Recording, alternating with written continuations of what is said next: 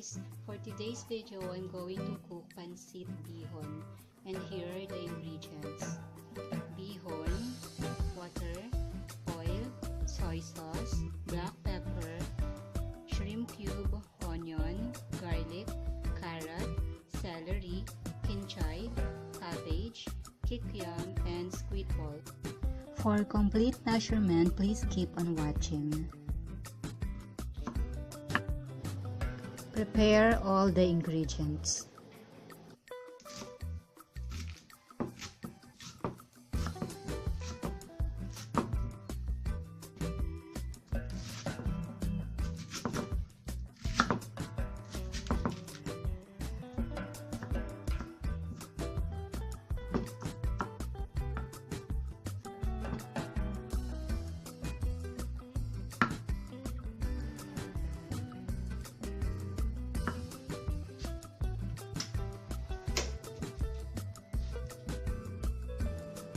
Put the oil in the heated pan.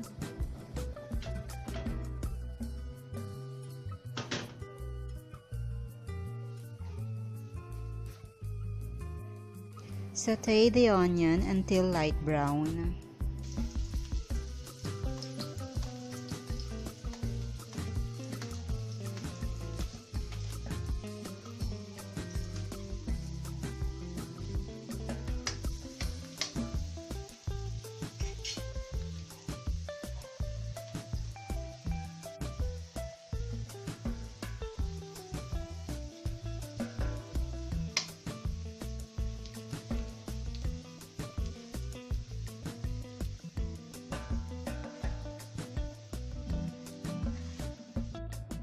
Add garlic and saute until light brown.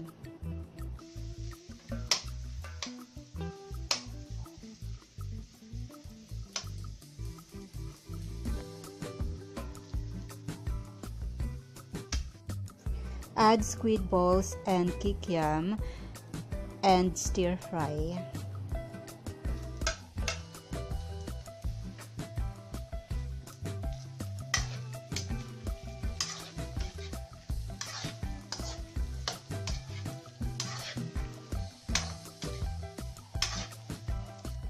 Cover for about 2 minutes.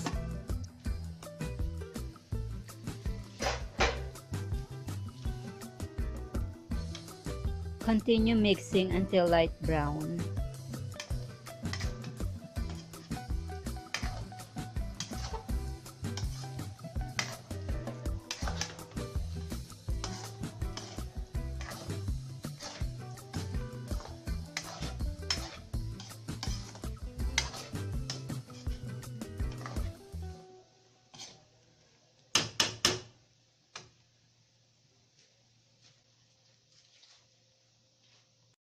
Add carrot and mix everything together.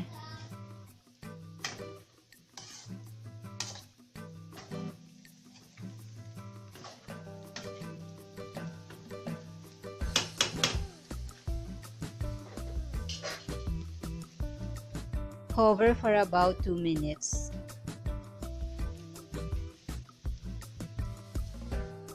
Add soy sauce and water.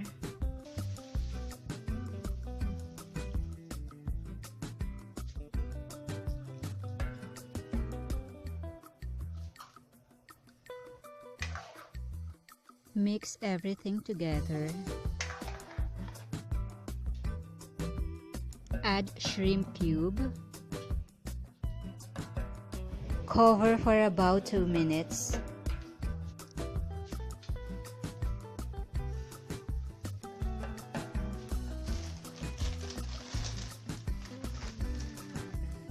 Then add the Pancit Bihon.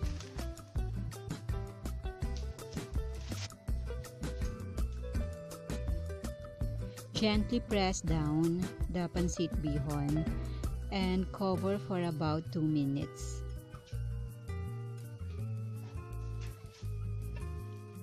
Check if the water is already absorbed by the bihon. Try mixing it all together and cover for about 2 minutes.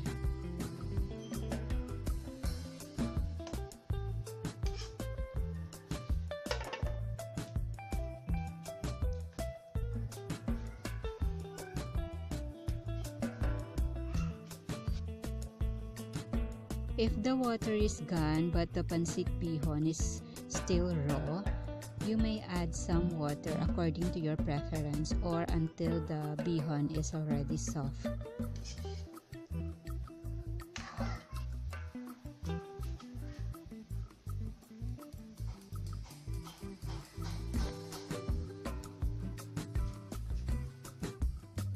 Cover for about 2 minutes.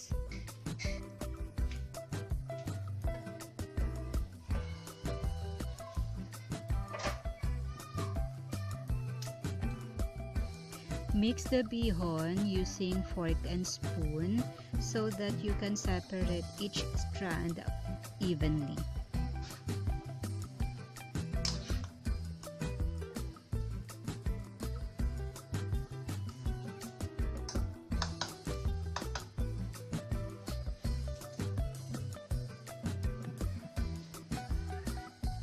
Add the leafy vegetables, which are the repolyo or cabbage, kinchay, and celery, and mix them all together.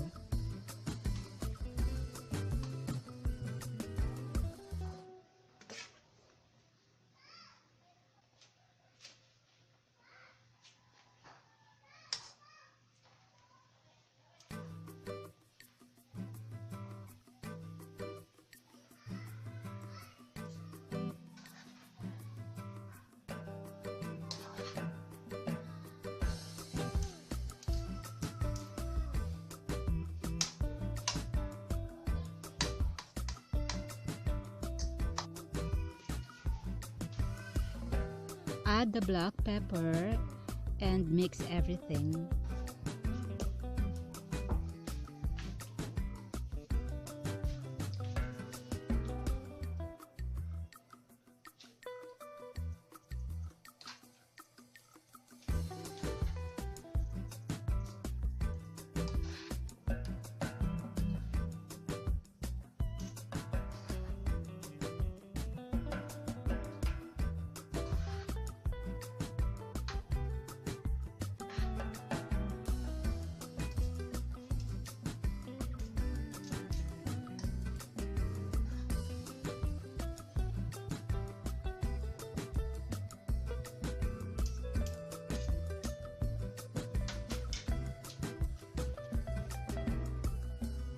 Cover for about 1 minute.